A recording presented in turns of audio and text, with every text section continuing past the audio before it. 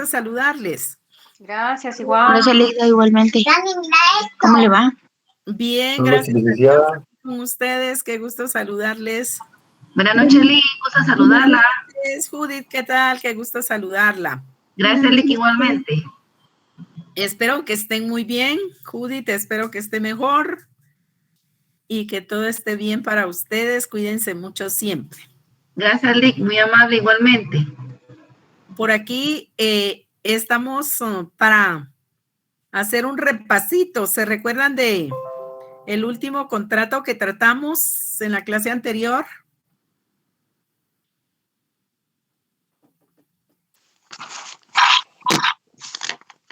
El contrato de hospedaje, licenciada. Muy bien, Isabel, ¿qué dijimos del contrato de hospedaje? ¿Se recuerdan? Ahí los voy a molestar que tengan ahí su código de comercio, su código civil, que nos van a servir.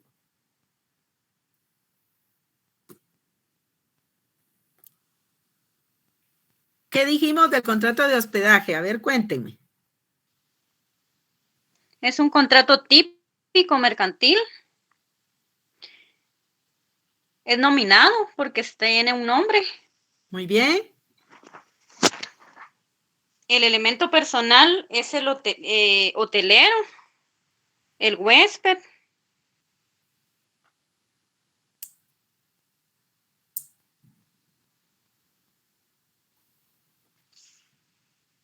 Sus características son bilateral, nominado, oneroso, es complejo.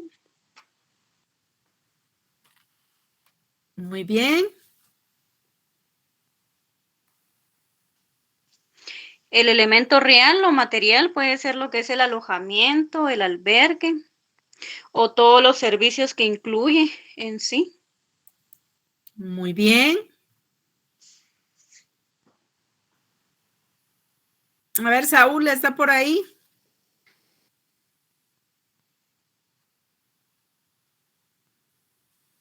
Saúl Fernando, ¿está por ahí? Es que estoy afónico, no puedo hablar, licenciada. Perdón. Ay, no tenga pena.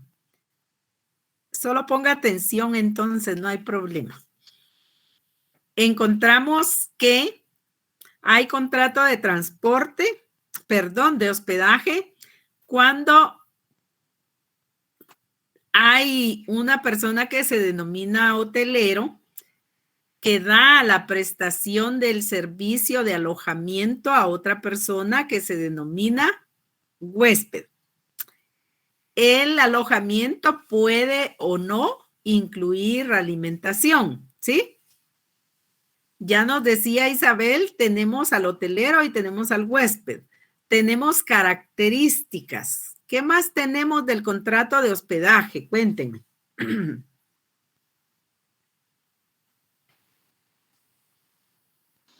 En el elemento formal dijimos que puede contratarse por escrito o verbalmente. Y ahí nos apoyamos en el 1574 del Código Civil sobre las formas de los contratos. De la naturaleza jurídica se dice que se cree que es un contrato de arrendamiento porque se da el alojamiento y pareciera un arrendamiento de cosas, pero también se cree que es arrendamiento de servicios por el tema de la alimentación, es, por ejemplo, ¿verdad? El internet, así. Pero también se cree que es un contrato de obra porque hay que elaborar los alimentos y así. También de depósito porque se depositan valores, el equipaje del huésped, por ejemplo. Sin embargo, se ha concluido que es un contrato de hospedaje que es independiente y es como sui generis, o sea que su origen tiene su propio origen y su estructura es compleja. Y entonces esto último es la naturaleza jurídica del contrato. Entonces, vimos que como los otros contratos, pues hay derechos y obligaciones y del huésped. Entonces, por ejemplo, el hotelero debe proporcionar la habitación al huésped, mantener pacífico por parte del huésped, prestar los servicios comunes, suministrar alimentos si acaso está incluido en el contrato, recibir en depósito joyas o valores que el huésped tenga y el resarcimiento de daños si se diera. Y por parte del huésped, por ejemplo, se mencionó pagar el precio total del hospedaje, hacer el uso convenido de la habitación y cumplir las reglas, etc. Entonces, de la extinción del contrato de hospedaje, por el cumplimiento del plazo, y ahí vimos como el proceso del plazo de las 72 horas, los 30 días y los 5 años, creo yo. Eso, Liz. ¿A qué se refieren esos plazos? Era de las 72 horas y para que apareciera y los 30... El huésped. Ajá, el huésped. Y los 30 días, eso no me recuerdo, Lick, y los 5 años que ya le podía quedar a la USAC. Licenciada, buenas noches. Es para desocupar la habitación. Buenas noches, Lida. En caso de que el huésped se retire sin darle aviso. Muy bien. Se retira sin dar aviso, no notifica que se va a retirar o de que va a irse sin llevarse su equipaje.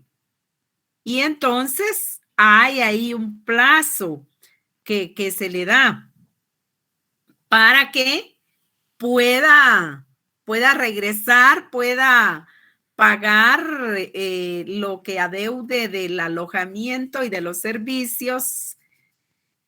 Y luego, si no ocurre en esa espera que se apersone el huésped y pueda pagar y luego retirar su equipaje, pues igualmente se da el procedimiento en que puede disponer el hotelero de ese equipaje y de todos los bienes que tenga en la habitación el huésped. A ver, ¿quién nos explica ese procedimiento?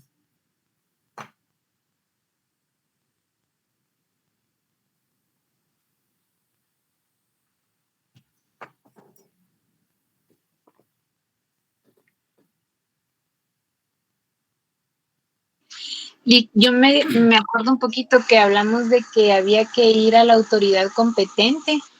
Muy bien. El derecho de extraer el equipaje de la habitación del huésped, se hace un inventario y en esta parte interviene un notario. Se necesita de testigos y los testigos no pueden ser trabajadores del hotelero y tampoco deben tener relación de dependencia con el hotelero ni interés en el asunto, deben ser terceros. Y luego de esto se sellan las maletas y los sellos deben estar firmados por los testigos para que no se violenten pues, lo que hay en las maletas.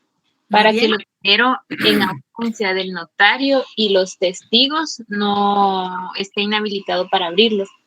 Entonces, después se puede disponer de esos bienes en el plazo de los 30 días. Y si hay remanentes o saldos, se depositan en una institución bancaria y si transcurren los 5 años y no aparece quien reclame ese saldo, se pone a la disposición de la Universidad de San Carlos. Muy bien, ese sería el procedimiento. Si en el plazo de 5 años, después de haber dispuesto de los bienes del huésped por parte del hotelero, y no se apersona a reclamarlo, a reclamar ese saldo, entonces pasa al fondo común de la Universidad de San Carlos. Entonces ahí ya se empiezan a beneficiar ustedes porque es para que estudien, ¿verdad? Entonces ahí tenemos el hospedaje. ¿Les pareció un poco sencillo el contrato de hospedaje? Sí, Ligda, y me recordó a las vacaciones. ¿Les recuerda las vacaciones o les recuerda de que hay que tener esperanza que van a volverse a ir de vacaciones? Entonces ahí tenemos... Ligda, buenas noches. Robinson, ¿qué tal? Mucho gusto, licenciada. También tenemos que recordar para ahí aportar. Sumar un poquito a lo que ya la compañera Renata indicaba, pues también lo establecido en el artículo 870 del Código de Comercio, ¿verdad? Que es la retención del equipaje. Muy bien. Y como bien usted lo hacía referencia en su momento, pues es un privilegio que el hotelero tiene, ¿verdad? Y esto significa que es una como garantía que la ley le da al hotelero cuando hay una falta de pago, ¿verdad? Falta de pago por parte del huésped. Esto le da la potestad al hotelero, ¿verdad? Para disponer de ese derecho de retención. Le da el derecho de retención y ahí se aplica el derecho de retención que vimos en la teoría general de los contratos, ¿verdad? Recuérdense que el derecho de retención, al igual que la capitalización de intereses,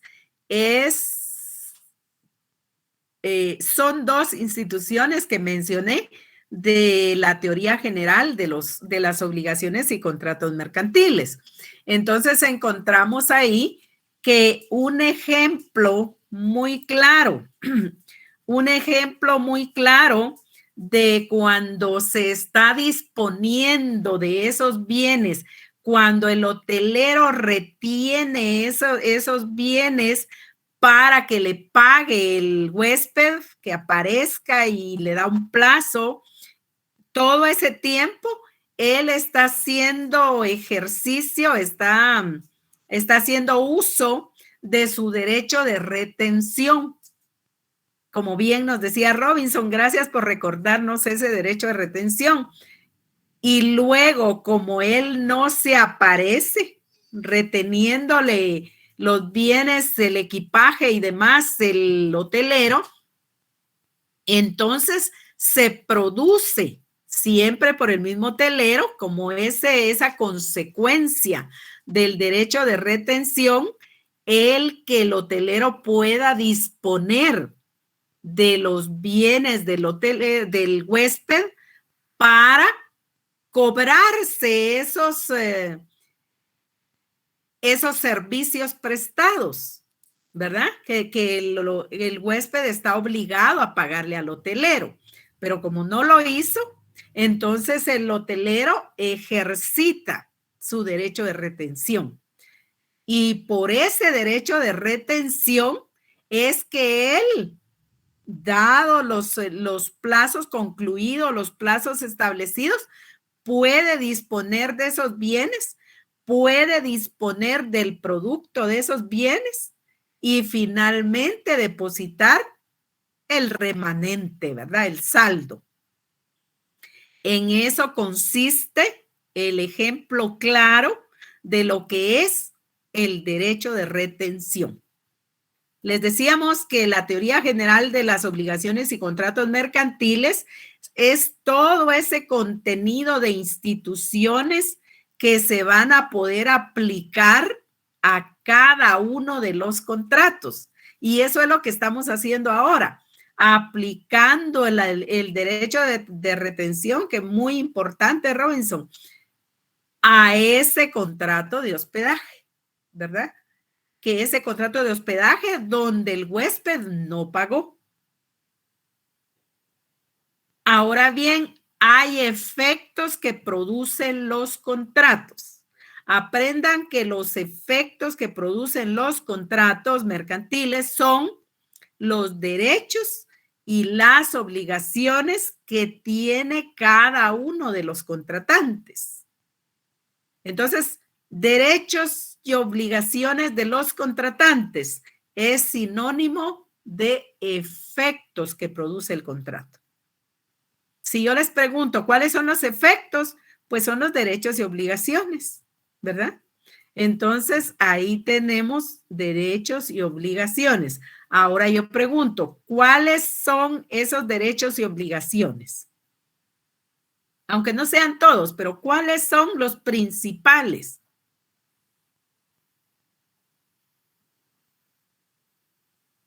Los derechos y obligaciones del hotelero, los derechos y obligaciones del huésped, ¿cuáles son?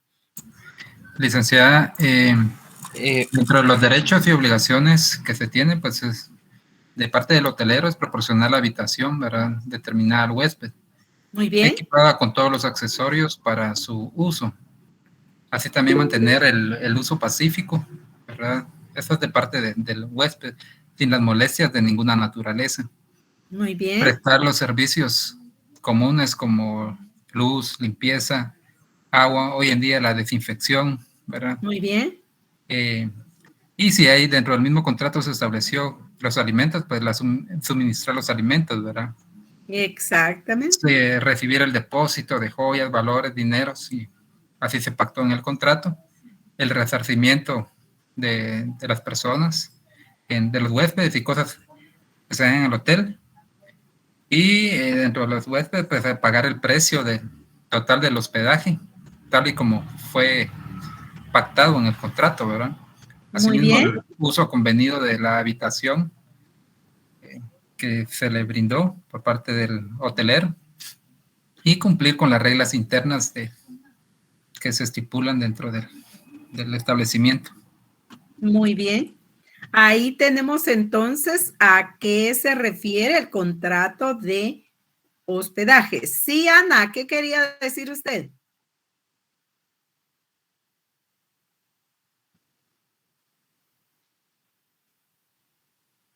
Ana. Muy bien, ahí lo tenemos, ¿verdad? Ana levantó la mano primero y luego parece que tiene problemas de conectividad. Traten de tener ahí sus leyes, traten de tener, mire, yo tengo mi código para que cuando ustedes me dicen que yo busque, yo lo busco y lo leo para mí. ¿Por qué razón? Porque yo lo que quiero que ustedes aprendan, por eso me estoy deteniendo en este contrato y lo he ido explicando así despacio, es porque yo quiero que ustedes aprendan cómo estudiar contratos. Porque yo espero que el otro año, como en este tiempo, ustedes se puedan estar examinando de examen técnico profesional.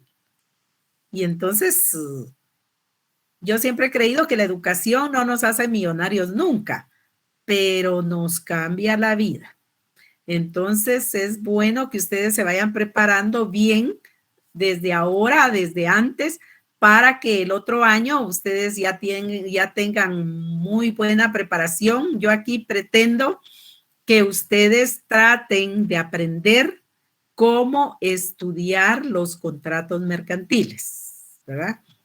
Más que nos vamos a meter un montón de conocimientos, que bueno es, aprendamos a estudiar contratos, porque entonces no se forza uno, ¿verdad? Esto se me tiene que quedar hoy porque mañana tengo examen. Así no se estudia, sino que uno va detenidamente entendiendo el contrato.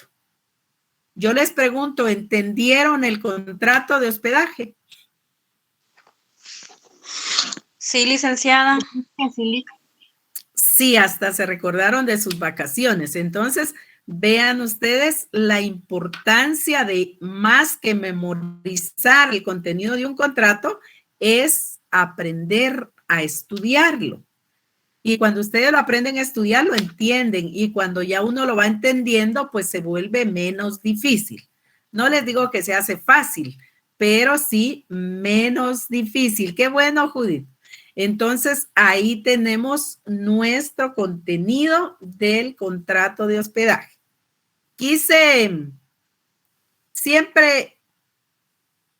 Gracias, Luis. Siempre he querido en algunos contratos quedarme más tiempo.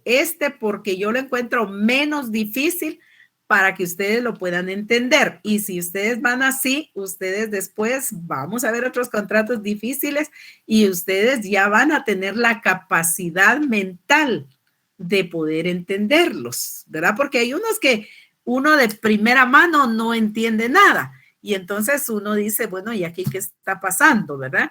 Pero poco a poco uno se va introduciendo en los contratos. Esa es una buena pregunta, Freddy. Me pregunta Freddy, ¿qué pasa si a contrario sensu de lo que hemos estado viendo, los bienes, equipaje del huésped no tuvieran el precio suficiente para satisfacer los gastos y los pagos que debe realizarle al hotelero. En este caso, pues igualmente se hace todo el mismo procedimiento, se agota todo ese proceso y finalmente se queda a la espera de que pudiera aparecer el obligado, porque recuérdense que tenemos un contrato de hospedaje preestablecido. Si ustedes van a alojarse a un hotel de 5 estrellas, el contrato no va a ser verbal. Y previo a ese contrato, si fuera verbal, y más si es en dólares, por ejemplo, entonces ustedes van a estar obligados a hacer un depósito. En un contrato de un hotel de 5 estrellas, ustedes deben de tener un contrato escrito, es decir, en documento privado. Pero recuérdense ustedes que un contrato escrito con documento privado que fuera, pero efectivamente es con legalización de firmas, se establece ahí quiénes son, dónde están y dónde pueden ser habidos, ¿verdad? Sí, Jorge, ¿usted quería decir algo? Sí, buenas noches, licenciada, gracias. Solo para contribuir un poco a ese tema del impago, ¿verdad? A la hora de una huida de un huésped.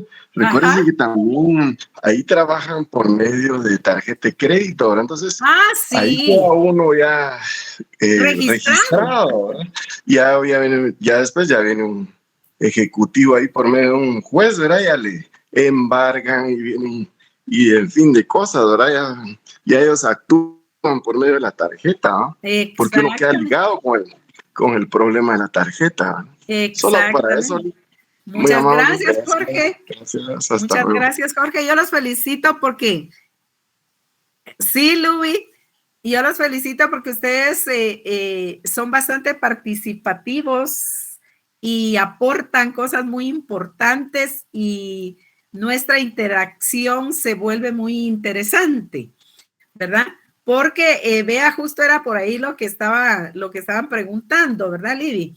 De que ¿qué pasa si hay un impago de alguna manera porque no se pagó lo suficiente? Bueno, como bien decía Jorge, hay mecanismos también, Helen. Hay mecanismos que obligan a los huéspedes que puedan cumplir de alguna manera. ¿Por qué razón? Porque en principio yo les decía, hay un contrato. Recuerden si ustedes quieren hacer el ejercicio. ¿Qué clase tienen hoy antes de mercantil? Notariado. Qué bueno. Entonces díganle ¿quién les está dando? Licenciado Canas, no. Lepe.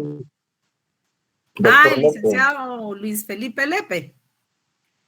Entonces, ustedes en esa clase pueden observar de que tenemos el artículo 29 del Código de Notariado. El Código de Notariado en su artículo 29 establece las formalidades de los instrumentos públicos y en el 31 las formalidades esenciales de los instrumentos públicos. ¿Qué quiere decir esto? Que ahí ustedes quedan registrados con solo el encabezamiento y la introducción del contrato perfectamente bien. Ya sabemos quiénes son, ya sabemos cómo se llaman, ya sabemos qué edad tienen, ya sabemos de dónde es que se aparecieron, hasta sabemos su número de DPI. Entonces, dígame cómo no la persecución es posible. Por el otro lado, se les obliga a hacer depósitos. Dentro de la misma contratación se establece y aun cuando no sirva como un medio de pago, en principio, la tarjeta de crédito, porque estén contratando abiertamente, entonces con la tarjeta de crédito perfectamente están identificados también. Hay un estudio de la contratación de la tarjeta de crédito cuando ustedes la solicitaron a la entidad de crédito. Precisamente en los contratos siguientes nos toca uno de ellos ver es la tarjeta de crédito, que son operaciones de crédito, así se llaman ese conjunto de contratos, operaciones de crédito. ¿Por qué se llaman operaciones de crédito? Porque tienen un crédito incorporado, todos esos contratos que son el conjunto de operaciones de crédito. Entonces, ahí tenemos que ¿nos sirve para el contrato de hospedaje la tarjeta de crédito? La respuesta es sí. ¿Estamos plenamente identificados a través de las tarjetas de crédito? Sí, porque para adquirir la tarjeta de crédito a usted le piden el registro de toda su información, ¿verdad? Entonces, sobre esa base, es más, las tarjetas de crédito lo califican usted para la capacidad crediticia que puede tener. Si usted paga antes del corte, si usted no ha sido notificado de atrasos, si usted paga al día antes de que se le termine la gracia de pago, si usted no ha sido sujeto de procesos mercantiles por las tarjetas de crédito, total, todo ese registro lo tienen, ¿verdad? Y finalmente, a través de ese contenido es que se le puede dar persecución al huésped y obligarlo al efectivo pago del cumplimiento de lo que él está obligado a través de ese contrato de hospedaje. Entonces, ¿por qué decimos todo esto? Porque efectivamente se puede cumplir el contrato de hospedaje a través de esa persecución que se va a hacer de la información del huésped. Y como bien lo decía Jorge, va a terminar en una ejecución, ¿verdad? En un juicio ejecutivo, en donde en un juicio sumario puede ser también, en donde se le ejecute por cantidades establecidas al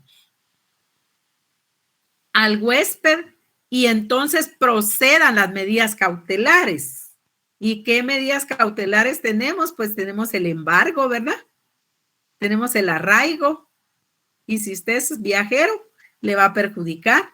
Y el embargo de los bienes le va a perjudicar. Y el embargo de las cuentas bancarias le va a perjudicar. Y la anotación de demanda le va a perjudicar. Todos esos que son en derecho procesal civil y mercantil. Medidas cautelares. Medidas de urgencia. Entonces, vean, es importante, estamos haciendo primero un conocimiento de los contenidos contractuales. Después entendemos esos contenidos contractuales. Luego hacemos una interpretación porque hacemos análisis. Después, abonando ustedes a todos esos conocimientos, hacemos la interpretación, hacemos integración de normas, porque ya vieron ustedes dónde tenemos el contrato de hospedaje, y entonces hay un articulado en el Código de Comercio. Entonces, vean ustedes, a ver, ¿dónde está el contrato de hospedaje, por favor? Díganme. En el 866 del Código de Comercio. 866. Entonces, vean ahí en el 866 tenemos efectivamente el contrato de hospedaje y ustedes ven que todas estas normas se van a ir integrando hasta el 873 y vamos a tener, además tenemos integración de normas porque tenemos que irnos a la aplicabilidad de la ley orgánica del Instituto Guatemalteco de Turismo. Y si fuera poco eso, tenemos reglamentos internos de los hoteles, de los hospedajes. Y esos reglamentos internos, recuérdense que son leyes reglamentarias, por lo tanto, también las vamos a aplicar y son de estricto cumplimiento por parte de los contratantes. Entonces, ahí tenemos integración de normas. Finalmente, lo que hemos estado haciendo viene la aplicabilidad. ¿Qué pasa si no paga? ¿Qué pasa si tiene menos? ¿Qué pasa si desaparece el huésped? ¿Qué pasa si el hotelero quiere cobrar?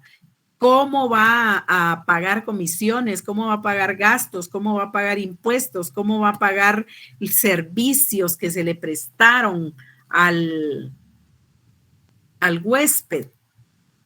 Todo eso está contenido en la ley. ¿Cómo hacemos el procedimiento para poder disponer el hotelero de los bienes, equipaje del huésped? ¿Cómo finalmente se resuelve ese impago que existe? ¿En qué tiempo puede aparecerse y recoger su equipaje el huésped? ¿En qué plazo se puede disponer de los bienes? ¿En qué plazo todavía puede comparecer el huésped reclamando sus bienes, reclamando su dinero de que sea el remanente? ¿Y hasta dónde la universidad se va a beneficiar si no aparece el huésped nunca, verdad? A reclamar ese saldo. Entonces, ahí tenemos ese contenido. Ahora bien, algo que es bien importante en este contrato es un derecho que está contenido en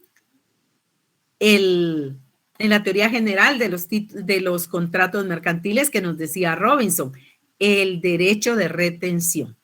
Yo retengo los bienes porque usted no me paga.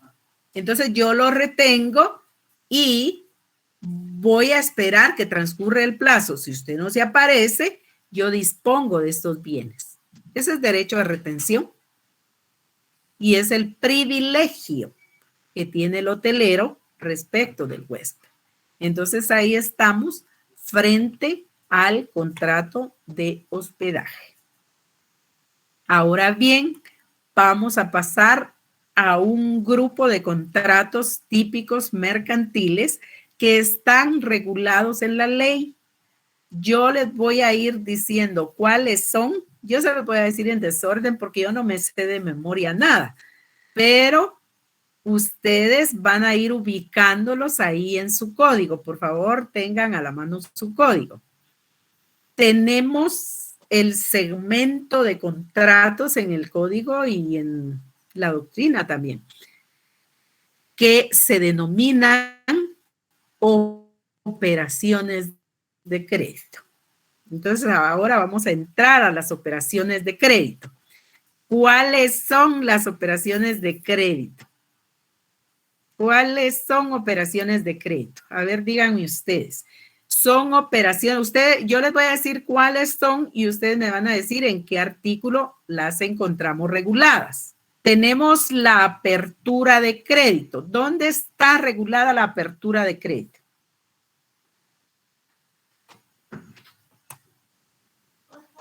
A ver quién ya lo encontró.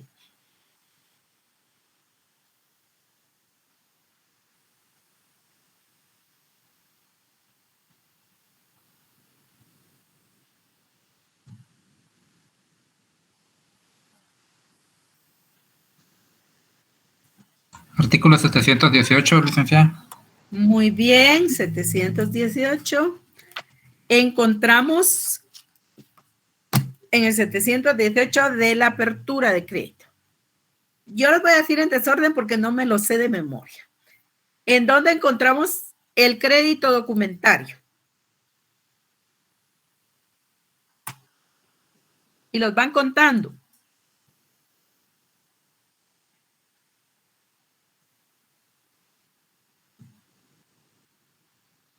Artículo 758. Muy bien.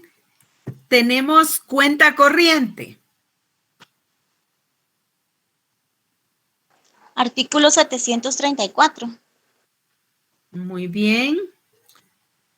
Tenemos reporto.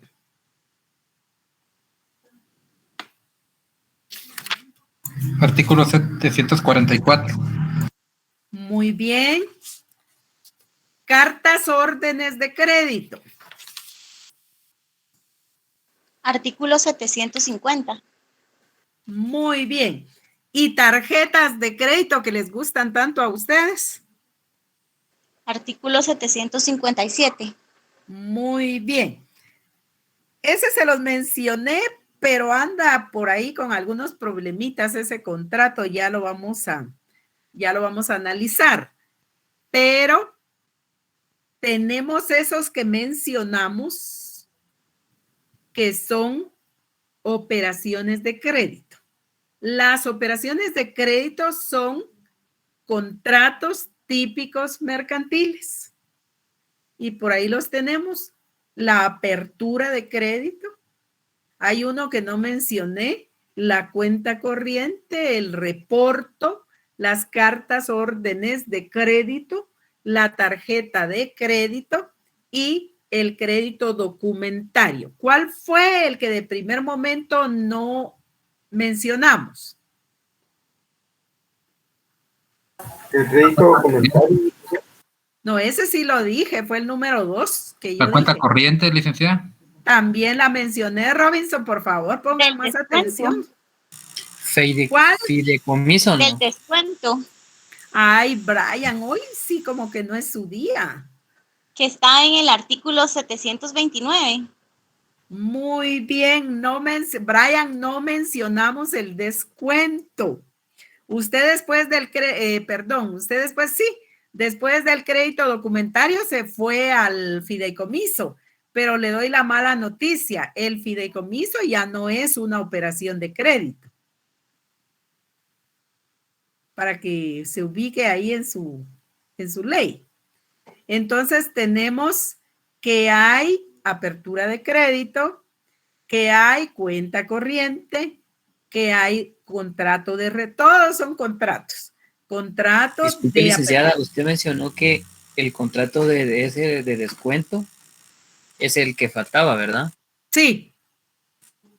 Ese a mí me aparece en el del artículo 733 que está derogado. Por eso no lo mencioné, Brian. Por eso perdón, no es lo que mencioné. la escucho entrecortada, por eso tal vez no la escuché. Sí, tiene razón, me voy a desaparecer, tal vez eso no, yo cuando me desaparezco es porque así nos optimizamos la señal, esa es la razón.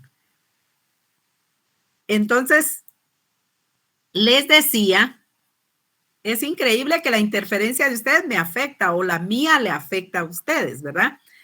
Porque jalamos ahí como que más señal, ¿verdad? Más energía. Entonces, tenemos, les decía, la apertura de cuenta. Ahí la pueden estar viendo ustedes.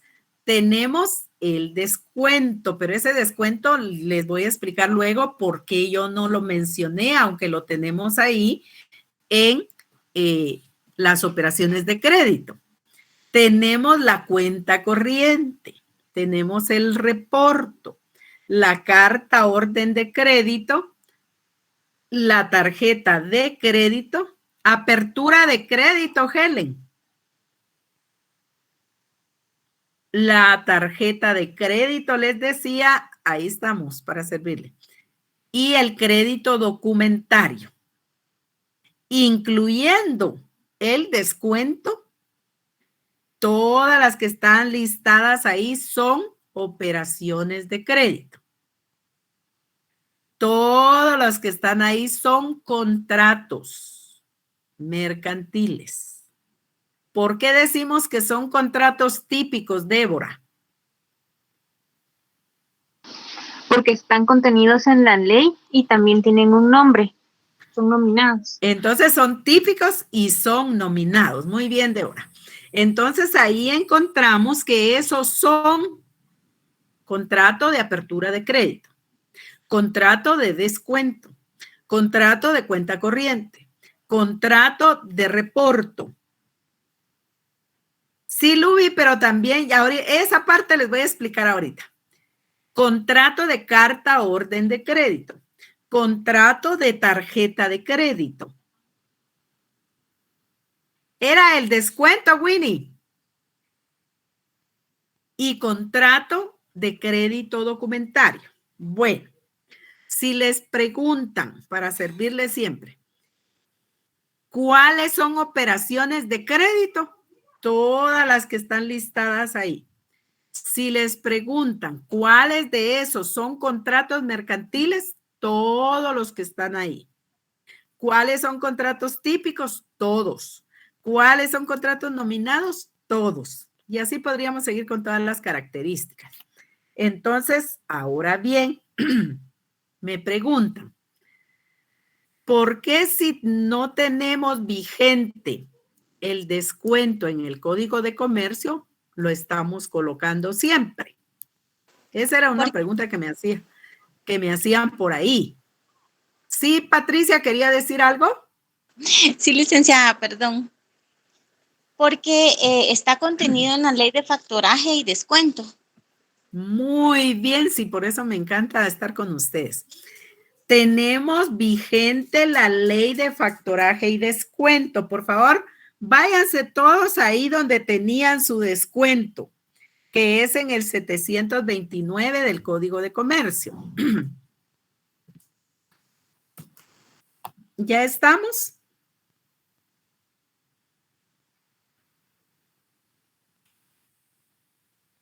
Sí, Lica. Muy bien. A partir del 729, 730, 731, 732 y 733, estaba contenido el contrato de descuento como una operación de crédito típica mercantil, como un contrato típico mercantil. Ahora la pregunta es, ¿qué pasó? ¿Por qué lo sacamos de ahí? Ya nos respondió la pregunta Patti. ¿Por qué razón? Porque hay una ley de reciente creación. He de decirles que hablando mercantilmente, es una de las más nuevas. Es una de reciente creación. La ley de factoraje y descuento. Por mera curiosidad, ustedes no se han fijado que hay un banco del sistema que establece para su amigo la solución de problemas a sus cuentas, contrate factoraje con nosotros. Así saca el anuncio un banco. Entonces quiere decir, podemos contratar con ustedes. Ustedes pueden contratar con nosotros un contrato de factoraje porque ustedes necesitan inmediatamente tener dinero. Entonces, el contrato de descuento, que no es del que voy a hablar hoy, está fuera de las operaciones de crédito que tenemos hoy por hoy en el Código de Comercio. Pero sigue siendo una operación de crédito, sigue siendo un contrato típico mercantil que está regulado en el decreto 1-2018, por eso es muy nuevo, que se denomina Ley de Factoraje y Descuento. Por favor, haga su anotación ahí donde se lee sección segunda del descuento, para que, teniendo su anotación decreto 1-2018, Ley de Factoraje y Descuento, usted sepa que se tiene que ir a buscar una ley conexa, una ley mercantil, que ya la debe de tener usted y que se denomina Ley de Factoraje y Descuento. Todo lo que 729, Carlos. Todo lo que usted necesite saber legalmente del contrato de descuento, de la operación de crédito denominada descuento, va a estar regulada, está regulada en la ley de factoraje y descuento. ¿Les queda claro hasta ahí? Licenciada. Muy bien. Entonces, vamos a encontrar que las operaciones de crédito son 7. ¿Siguen siendo 7? Sí. Entonces, ahí tenemos para estudiar 7 contratos típicos mercantiles. ¿Cuáles? Los que ya dijimos que están ahí.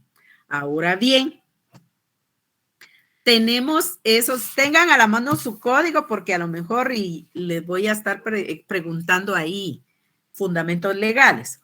Tenemos ahí las operaciones de crédito. Por favor, vean bien y colóquenle número 1, número 2, número 3, lo que vayan necesitando en su código. Les voy a dar un minutito para que lo hagan. En dónde empiezan y en dónde terminan las operaciones de descuento. Y lean ahí su nombre, cuáles son.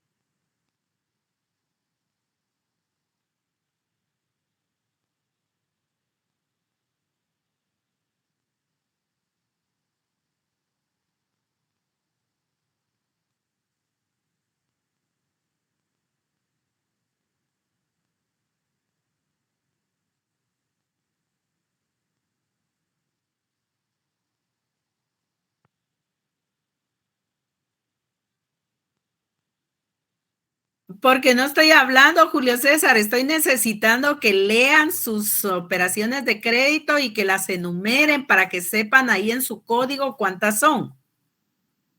Luego ya les voy a explicar. Es una, Karina, ese es uno. Ya ven, por eso es que quiero que los ubiquen bien.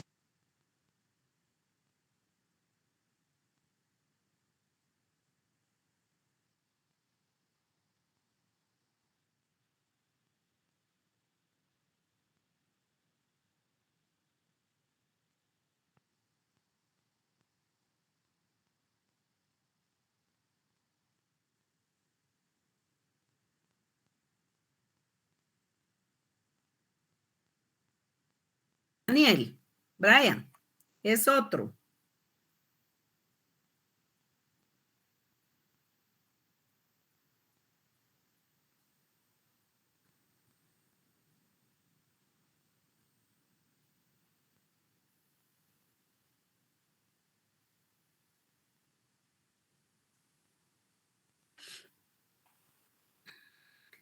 Muy bien, Isabel.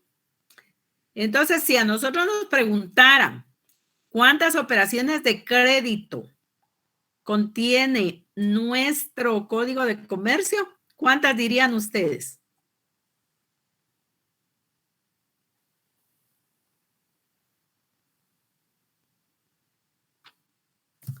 Una más y me pongo a llorar. Sí, Glenda.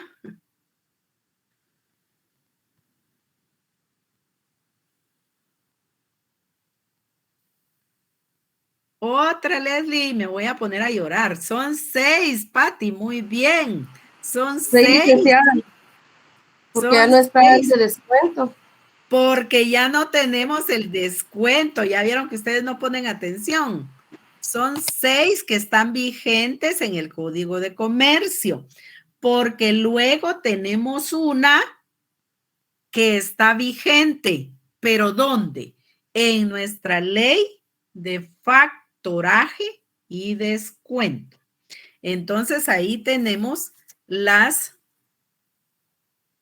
7, 6 que tenemos, 6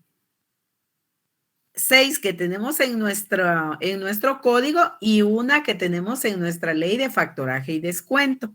En total, entonces, si a nosotros nos preguntan cuántas tenemos reguladas en el Código de Comercio, la respuesta es 6. ¿Cuántas son en total las operaciones de crédito? La respuesta es 7.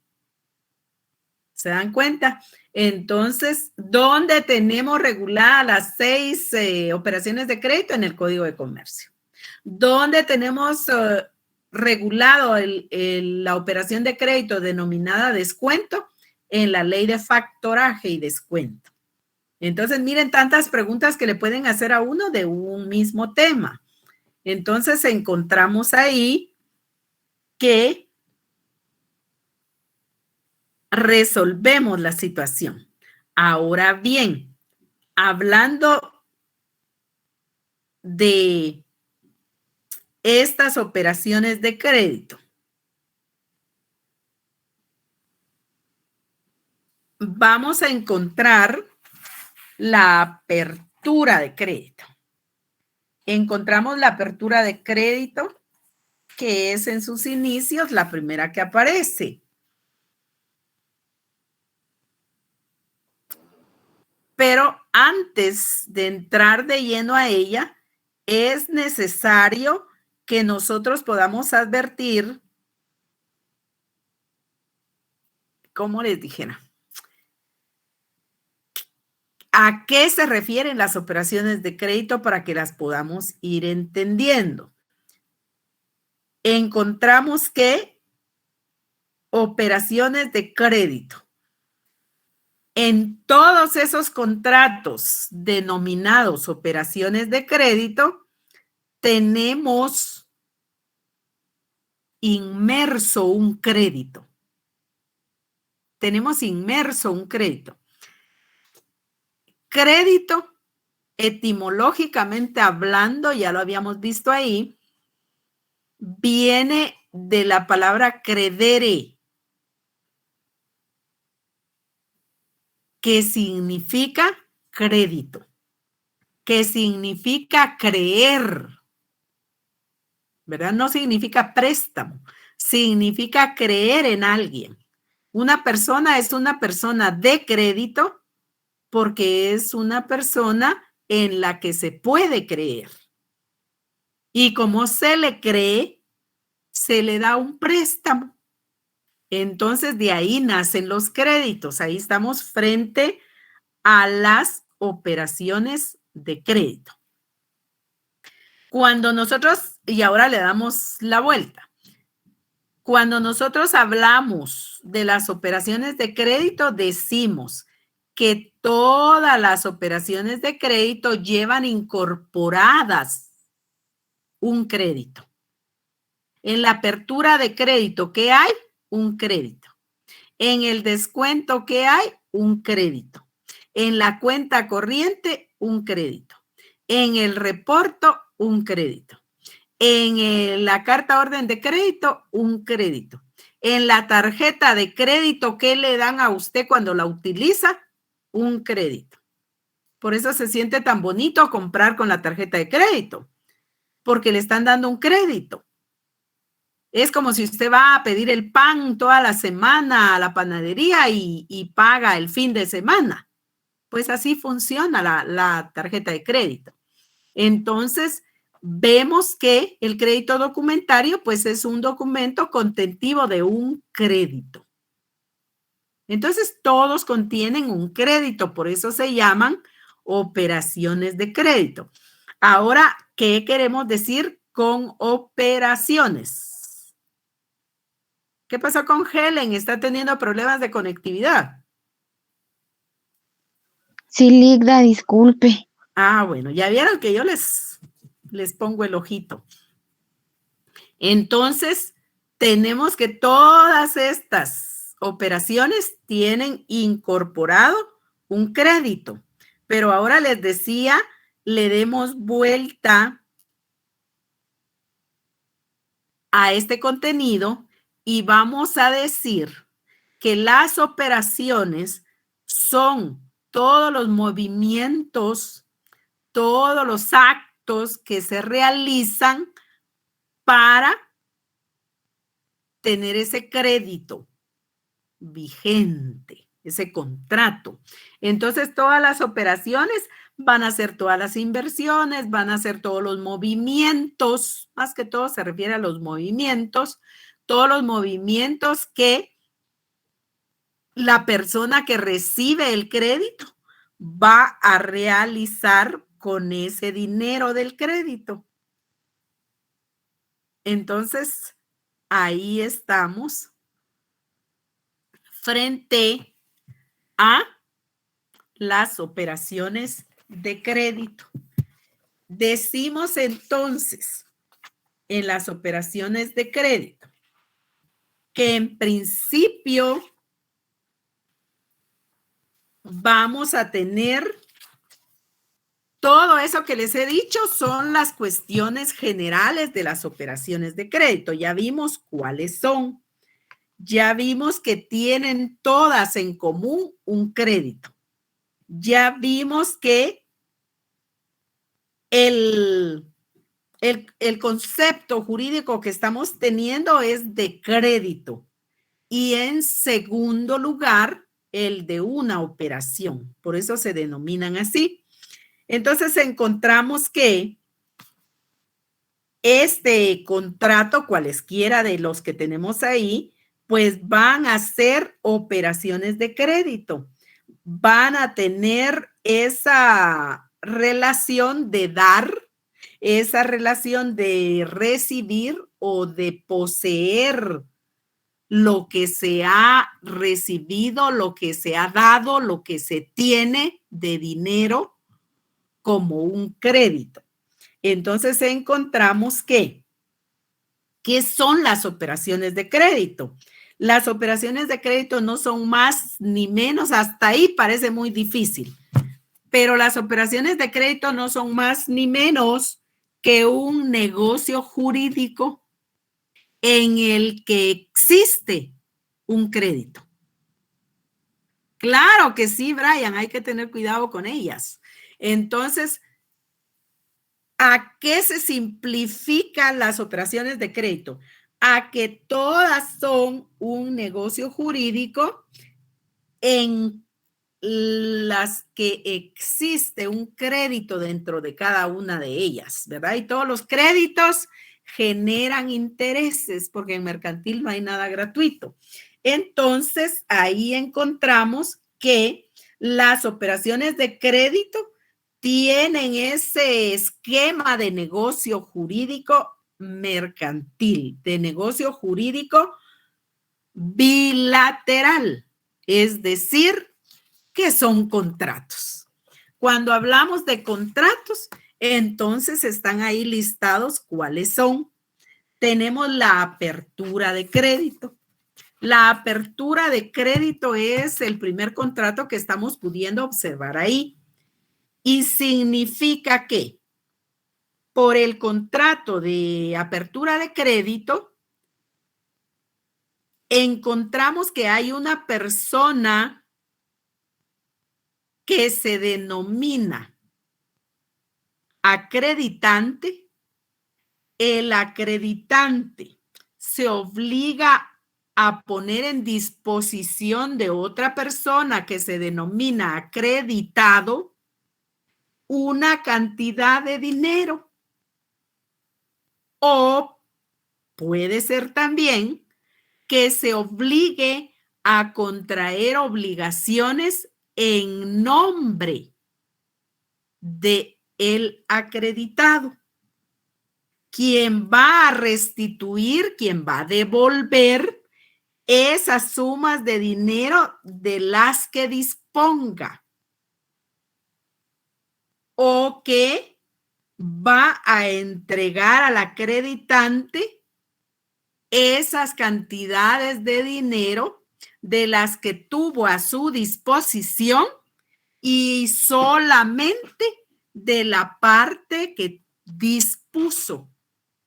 de la parte que tiene la disposición y efectivamente toma el dinero y realiza operaciones, actividades, movimientos con ese dinero, entonces, pero movimientos de inversión, no vayan a pensar que movimientos de irse de paseo, que igual pueden hacerlo si al final lo van a pagar. Entonces, ahí tenemos que hay un contrato de apertura de crédito. Además, ¿qué genera el contrato de apertura de crédito? Genera gastos, genera comisiones, genera intereses. Y entonces esos intereses, esos gastos, esas comisiones que resulten a cargo del acreditado, pues obviamente también debe hacerlas efectivas al acreditante. En los créditos, ¿cuál es la ganancia de los acreditantes? En este caso, hablemos de los bancos. ¿Qué ganan los bancos cuando ustedes solicitan créditos? En los intereses. Los intereses, muy bien. Y si ustedes se retrasan en el pago, muy bien, Alexander, también genera intereses moratorios. Y finalmente, esos intereses moratorios, esos intereses que se dejaron de pagar, van a provocar una figura que se denomina anatocismo. A ver, Alexander, cuéntenos si se recuerda algo que estoy viendo ahí. Buenas noches, licenciada. Hola. Algo de... Luisa, recuerdo que el anatocismo es, por ejemplo, la licenciada, tengo una deuda, no la pago, me cobran interés, no vuelvo a pagar y ese interés ya se vuelve parte del capital y me vuelven a generar interés sobre ya la suma del capital y del interés que se transformó capital. Si no estoy mal, licenciada Eloísa. Así es, Alex. Ay, por ahí también Gaby nos estaba diciendo. Y muy bien, Robinson, es la capitalización de intereses. ¿Verdad? ¿Qué quiere decir capitalización de intereses? Que los intereses, cuando nos vamos retrasando y nos vamos retrasando, como bien nos dijo Alex, se van convirtiendo en capital, porque al final los intereses se van a estar computando de toda esa gran cantidad. Perfecto, sí, y eso es de los negocios más rentables que hay. Entonces, ahí tenemos la capitalización de intereses, o sea, el anatocismo. Muy bien, Glenda, ahí tenemos el anatocismo. Encontramos entonces que, uy, sí, todos, aunque se llamara Juan te presta, es lo mismo.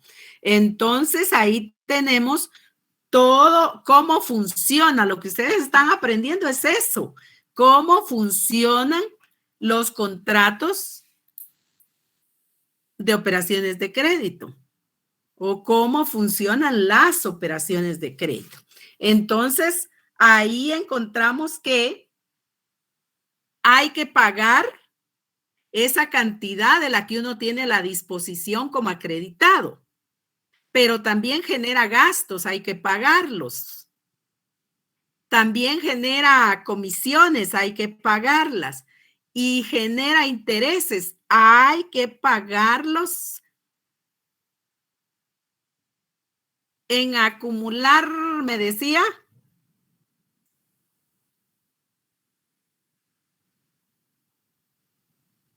Sí, esa acumulación del capital no pagado genera intereses. Esa acumulación de capital más interés genera cuando nos retrasamos, genera el interés moratorio. Cuando nos volvemos a retrasar y a retrasar y a retrasar otra vez, como nos decía Alex, entonces tenemos el caso de que ya se va a calcular el interés sobre los intereses que no fueron pagados y se le suman al capital que no fue pagado. Entonces, esa masa total dineraria genera otra vez intereses. Por eso usted tiene una deuda en tarjeta de crédito, en cuenta corriente o en apertura de crédito, y resulta ser que era de 6,000 quetzales. Usted va a resultar pagando con un retraso, ¿qué decirle? Tal vez de unos 4 o 6 meses a lo sumo, 12,000 quetzales con 12,600 quetzales. Y usted va a decir, pero ¿de dónde tanto? Si yo, el préstamo que tenía, van a decir ustedes, era de 6,000 quetzales. Sí, señor, pero ya se capitalizaron intereses. Y ya se aplicó el anatocismo. Por eso es que ahora usted ya no debe 6,000 quetzales. Ahora debe 12,600 de barato. Vamos a suponer que usted tiene 30, 32, 3,000 de crédito en una apertura de crédito, en una cuenta corriente, en cualquier operación de crédito. Pues si usted se tarda unos 3, 4, hasta los sumos 6 meses, va a estar pagando unos 66, 67,000 quetzales. Se lo estoy calculando así rapidísimo. Entonces, ¿se imaginan ustedes? No tengo calculadora por aquí, pero así funcionan los créditos y eso ustedes lo saben, un gran negocio, decía ahí Brian. Entonces, tenemos que este contrato de apertura de crédito, pues su naturaleza jurídica es de que parece un negocio jurídico bilateral, pues obviamente sí, ¿verdad? Un contrato, un negocio jurídico bilateral, pues se da en un tracto sucesivo, por ejemplo, se considera que puede parecerse a un contrato de mutuo. Los contratos de mutuo con garantía prendaria, garantía hipotecaria, pues es lo que conocemos como el contrato de préstamo, ¿verdad? Entonces, mutuo más que todo, como ustedes lo saben, viene de civil y así lo denominamos en civil. En mercantil, pues ese mutuo es el contrato de préstamo. Ya no tenemos mutuante y mutuario, sino tenemos propietario del dinero y tenemos deudor, ¿verdad? El prestamista, que es el propietario del dinero, y quién es su deudor. Entonces encontramos ahí que se parece al contrato de mutuo, que se parece al contrato de depósito, por ejemplo, que se parece a unos contratos preliminares, sí, pero finalmente su naturaleza jurídica es que es un contrato especial de un contenido complejo que se asemeja también, que tiene dos naturalezas, que se asemeja o también a la del contrato de opción. De ahí viene su naturaleza jurídica. De que es un contrato especial, es un contrato con contenido complejo y es un contrato de opción. Así lo ven los doctrinarios en la naturaleza jurídica. Ahora bien, encontramos que este contrato, pues obviamente tiene un parecido el contrato de apertura de crédito con el contrato de opción, pero finalmente es un contrato de contenido complejo. Encontramos también que aquí el acreditante, al crear esa disponibilidad, acepta por anticipado tener relaciones de declaración de voluntad con el acreditado, el acreditante con el acreditado. ¿Hay características de ese contrato? La respuesta es sí. ¿Cuáles son?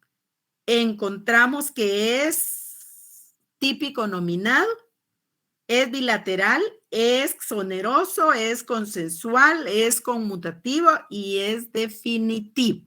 Nos vamos a quedar hasta aquí y tal vez ustedes pueden estudiar un poquito de los efectos que produce y cómo se da el plazo en este contrato. No, Ludi, no, Gaby. Todavía tenemos, entiendo, 2 clases. Tenemos el lunes, tenemos el miércoles y tenemos el lunes siguiente, yo creo, ¿o no es así? Licenciada, la otra semana iniciamos exámenes el día martes. El martes empezamos exámenes. ¿Cuándo nos examinamos con ustedes? ¿7? No. Sí, 7, licenciada. Ay. Pues, y 7 es la otra semana, ¿verdad? No esta semana. Así es, licenciada, la otra semana es el 7, viernes. El viernes. O jueves, algo así. Yo creo que es como jueves. Sí, es jueves. Sí, es jueves, Lick. Ah, bueno. Entonces, pero igual tenemos entonces lunes y miércoles.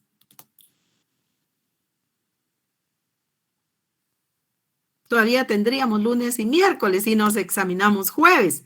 Podríamos tener lunes otra clase y el miércoles podríamos hacer un repaso.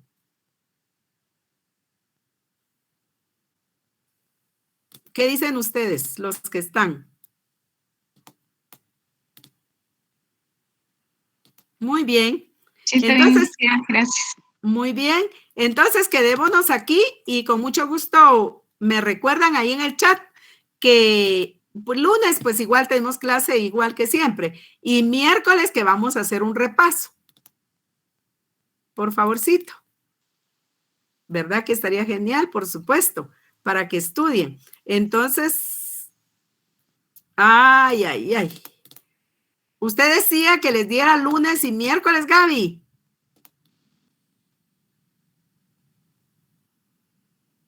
Sí, Ligda, para poder estudiar, porque sí nos tocan, sí tenemos bastante contenido también en las demás clases, pero pues usted decide al final, ¿verdad?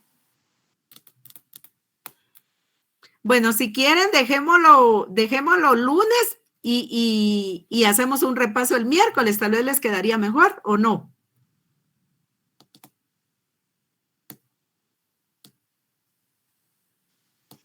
Licenciada, buenas noches. El lunes y el miércoles. Sí, Ligda, si hacemos un repasito. Va, entonces lunes no tenemos clase porque ustedes van a estudiar así en general, me imagino. Y obviamente para examinarse el jueves. Y el miércoles sí tenemos clase porque vamos a hacer repaso. Lica, disculpe, y si lo hacemos al revés, el repaso el lunes, porque estamos haciendo un protocolo ahorita y tenemos un montón de tareas también de las otras clases. Y si hacemos el repaso el lunes. Si quieren, si les queda mejor el lunes el repaso y entonces no trabajamos miércoles clase de repaso, porque ya lo hicimos el lunes. Le preferiría el miércoles el repaso, porque si su examen es jueves. Sí, por eso sí, pensaba. Bueno, entonces ahí está el chat. Va, ahí está el chat, pónganse de acuerdo y que Helen y Débora me pongan ahí el mensaje cómo concluyeron y con mucho gusto así lo haremos. Ligda, podemos hacer una encuesta. Decir usted. Sí, por eso háganlo ustedes. Es que si ustedes deciden, es que Isabel sabe qué pasa, que es mejor para ustedes. Ahora bien, si queda mejor el repaso el lunes, lo hacemos el lunes. Ahora si no, lo hacemos el miércoles. Solo eso quiero que se pongan de acuerdo. El problema es que no nos vamos a poner de acuerdo. Ah, bueno. El lunes aprovechamos a estudiar para el examen de martes. ¿Tienen examen martes? Sí, licenciada. Sí, Ligda. Bueno, entonces no, mejor... Allá ve, atrás de la caja, mira si no está una USB azul, gris. Ay, perdón. No tenga pena, Helen. Entonces, dejémoslo para el miércoles, jóvenes. ¿Qué pasa? Sí, mejor ahí vamos. Sí, está bien. Licenciada, Gracias. disculpe, licenciada, y nos compartirá material así como en el primer parcial, ¿no? Vamos a tratar en todo lo posible de hacerlo. Muchas gracias, licenciada. Que pasen buenas noches. Feliz noche, linda. Hasta luego. Feliz noche, qué gusto saludarles.